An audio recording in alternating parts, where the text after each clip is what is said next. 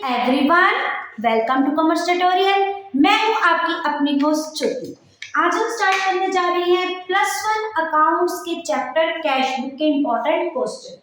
हमारा first question है, if goods are sold to Param for cash then it is recorded in cash book. जब भी हम कोई भी गुड्स परम को सेल कर रहे हैं, किस बेसिस पे सेल कर रहे हैं? कैश बेसिस पे।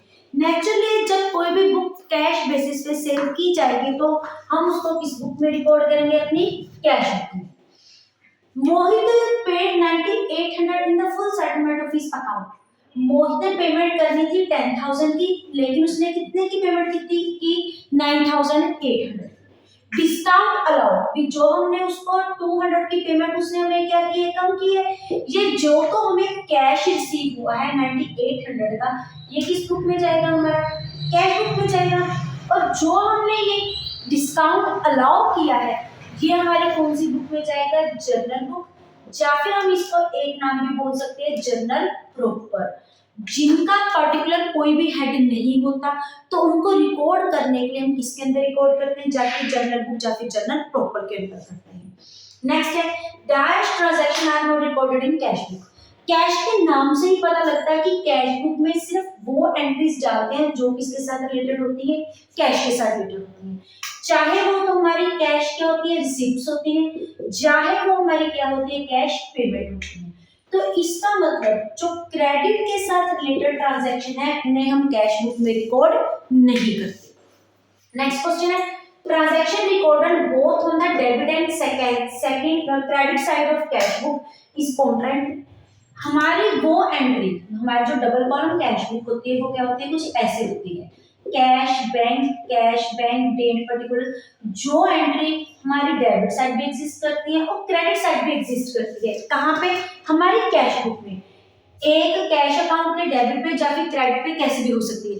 क्या उसको हम कॉन्ट्रा एंट्री बोलते हैं? यस, उसको हम क्या बोलते हैं? कॉन्ट्रा एंट्री ही बोलते हैं, जो दोनों अकाउंट दोनों साइड्स पे कैश बुक की साइड्स पे क्या होती है? शो की जाती है।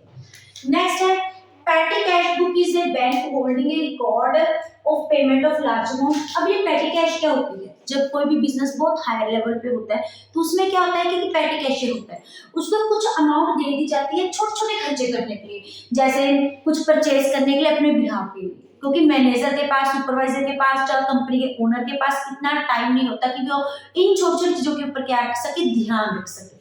तो ये कहाँ पे लिखा है? Large amount. ये लार्ज अमाउंट के लिए नहीं होता, ये किस अमाउंट के लिए होता है? स्मॉल अमाउंट के लिए होता है। तो ये हमारी स्टेटमेंट क्या बन जाती है? फॉल्स। नेक्स्ट है, bank column of cash book always show debit balance. हमारे कैश बुक में दो, जब डबल कॉलम कैश बुक होती है तो हमारे पास दो कॉलम होते हैं, एक कैश कॉलम होता है, एक हमारे पास क्या होता है? बैंक कॉलम होता है। तो कहते हैं जो इसमें बैंक कॉलम होता है उसका सिर्फ डेबिट बैलेंस होता है? नहीं, ये बैंक कॉलम का दो बैलेंस हो सकते हैं, डेबिट बैलेंस भी होता है, क्रेडिट बैलेंस भी होता है। अगर डेबिट बैलेंस होता है तो उसको हम क्या बोलेंगे? बैंक अकाउंट का जो भी हमारे बैंक अकाउंट का है ये डेबिट बैलेंस है। अगर क्रेडिट बैलेंस है तो उसको किस नाम से डिनोट किया जाता है? That is our bank overdraft. तो ये हमारी स्टेटमेंट क्या हो जाती है? फॉल्स। नेक्स्ट है, when cheque deposit from customer is not deposit on the same day. जब हम चेक जो एक कस्टमर से हमने रिसीप्ट्स ली है, लेकिन हम किस फॉर्म में ली है? चेक की फॉर्म में ली है। जब भी हम कस्टमर से चेक की फॉर्म से लेते हैं तो उसको हम किस नाम के साथ नोट कर देते हैं? बैंक के साथ। But is not deposit on the same day. जब तो उसको सेम डे में डिपॉजिट कर दिया जाता है, चेक के बिहाफ पे कौन सा नाम यूज किया जाता है? बैंक का नाम यूज किया जाता है। लेकिन अगर उसको हम डिपॉजिट सेम डे पे नहीं करते तो उसके लिए हम वर्ड कौन सा यूज करते हैं? Cheque in hand. जब ये चेक इन हैंड हो जाता है तो इसकी एंट्री उस दिन किस कॉलम में शो की जाती है? कैश कॉलम में शो की जाती है। और जब दिन उसको बैंक में जाके सेम चेक को डिपॉजिट किया जाता है तब उसको हम किसके अंदर शो करते हैं? अपने बैंक कॉलम में शो करते हैं। बात मैं बता दी, एक मिस्टर एशियन ने क्या चेक रिसीव किया? एक चेक रिसीव किया 1, लेकिन वो चेक को हमने 2 को बैंक में जाके क्या करवा दिया? डिपॉजिट कर दिया। जब हमने चेक रिसीव किया है तो उसको हम डायरेक्ट बैंक में शो नहीं करेंगे, इसको under the head cheque in hand किस कॉलम में शो करेंगे? कैश कॉलम में शो करेंगे। और अगले दिन जब उस चेक को बैंक में जाके डिपॉजिट करा रहे हैं तब उसको हम किस में शो करेंगे? बैंक कॉलम में शो करेंगे, कैश। तो ये हमारी स्टेटमेंट क्या होगी? It is debited. तो इसको क्या बोला जाता है, एक बैंक कॉलम को डेबिट किया जाता है, नहीं, ये किस कॉलम को डेबिट किया जाता है, हमारे कैश कॉलम को डेबिट किया जाता है। तो हमारी ये स्टेटमेंट क्या हो जाती है, फॉल्स। नेक्स्ट है कैश रिसीप्ट्स आर रिकॉर्डेड। हमारी कैश रिसीप्ट किस कैश बुक की किस साइड पे रिकॉर्ड की जाती है, हमारी कैश बुक के दो साइड होती है, एक होता है हमारा डेबिट साइड, दूसरा हमारा क्या होता है, क्रेडिट साइड। जितनी भी हमारी रिसीप्ट्स हो रही है, जहां से भी हम पैसा रिसीव कर रहे हैं, वो सारी हम किस साइड शो करते हैं, डेबिट साइड शो करते हैं। और जहां से भी पैसा जा रहा है, जब पेमेंट हो रही है, उसको हम कौन सी साइड शो करते हैं, क्रेडिट साइड। तो इन्होंने बोला है कि कैश रिसीप्ट किस साइड पे शो की जाती है, it is always shown on the debit side.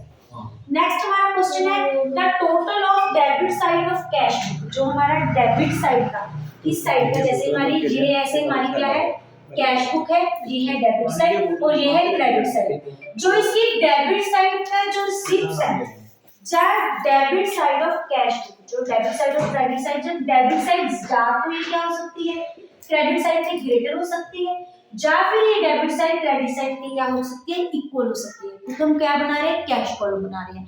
Cash column book हमारे किस बिहाफ पे काम करती है, कैश के बिहाफ पे काम करती है। हम खर्चा उतना ही करेंगे जितना पैसा हमारे पास अवेलेबल है।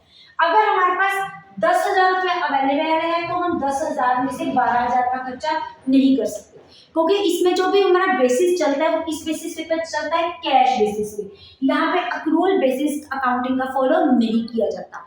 और कैश बुक क्या बोलती है कि जितना हमारे पास पैसा है, या तो उतना खर्च कर लो या उससे कम कर लो। हम 10,000 में से 9,000 का भी खर्चा कर सकते हैं और हम 10,000 का भी खर्चा कर सकते हैं। इस कारण जो हमारा डेबिट साइड है वो उससे ग्रेटर भी हो सकता है क्रेडिट साइड से, और उससे इक्वल भी हो सकता है। यही रीजन है कि जो हमारी कैश बुक का जो हमेशा बैलेंस होता है वो कौन सा बैलेंस होता है, ओपनिंग बैलेंस, या तो डेबिट होता है या फिर वो किसके इक्वल होता है, नील होता है। अगर तो डेबिट साइड ग्रेटर है तो उसका बैलेंस कौन सा होगा, डेबिट साइड होगा। अगर डेबिट साइड क्रेडिट साइड के इक्वल है तो हमारी कैश बुक का जो बैलेंस माना जाएगा वो क्या माना जाएगा, नील माना जाएगा। नेक्स्ट है double column cash book record the transaction related to. Double column cash book में दो कॉलम होते हैं, एक कैश का एक बैंक का। इट मींस इसमें एक या तो कैश के साथ रिलेटेड ट्रांजैक्शन रिकॉर्ड की जाती है या फिर बैंक के साथ रिलेटेड ट्रांजैक्शन रिकॉर्ड की जाती है। नेक्स्ट है the amount paid by petty cashier in the beginning of period. हम जब भी पैटी कैशियर को पैसे देते हैं ताकि वो ड्यूरिंग द ईयर जितने भी छोटे मोटे खर्चे वो अपने बिहाफ पे कर ले, उसको हम कौन सी अमाउंट बोलते हैं, that is our interest amount. Next amount है डिस्काउंट अलाउड प्रीवियसली अलाउड। हमने पहले जो डिस्काउंट अलाउ किया था बट लेटर डिसअलाउड, फिर उसको हमने क्या कर दिया, डिसअलाउड कर दिया। तो उसको हम कहाँ पे रिकॉर्ड करेंगे, हमने ऊपर देखा है कि जब भी हम डिस्काउंट अलाउड करते हैं उसको किसमें शो करते हैं, या तो जनरल बुक में या फिर जनरल बुक में।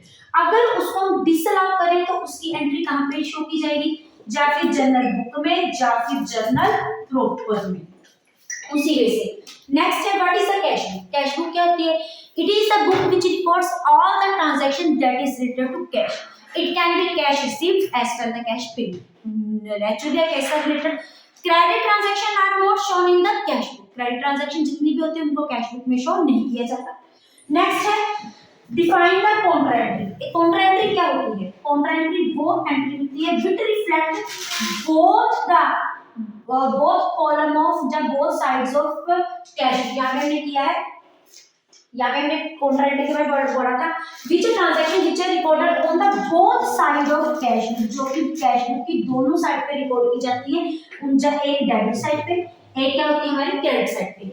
मींस उनमें एक कैश कॉलम की एंट्री को रिफ्लेक्ट करती है ट्रांजैक्शन, दूसरी बैंक की कॉलम की एंट्री को रिफ्लेक्ट करती है, और इसको हम क्या बोलते हैं, कॉन्ट्रा एंट्री बोलते हैं।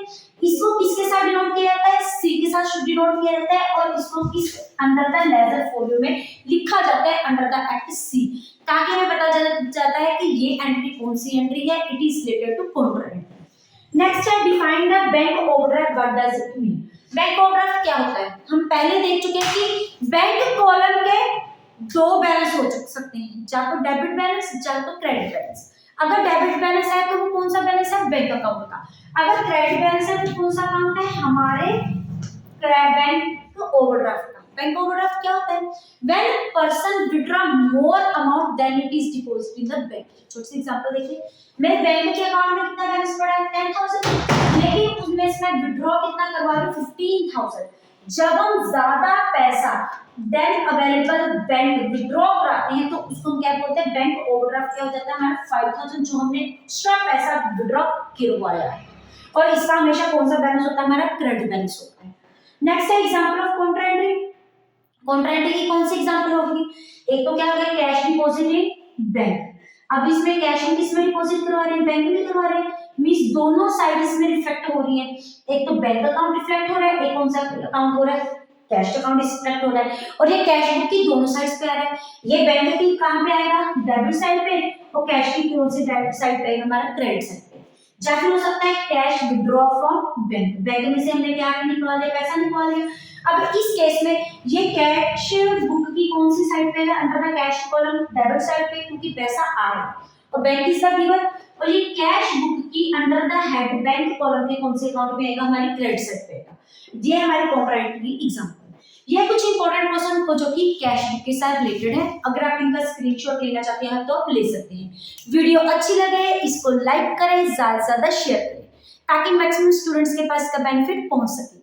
चैनल को सब्सक्राइब करना ना भूलें। Thank you, have a nice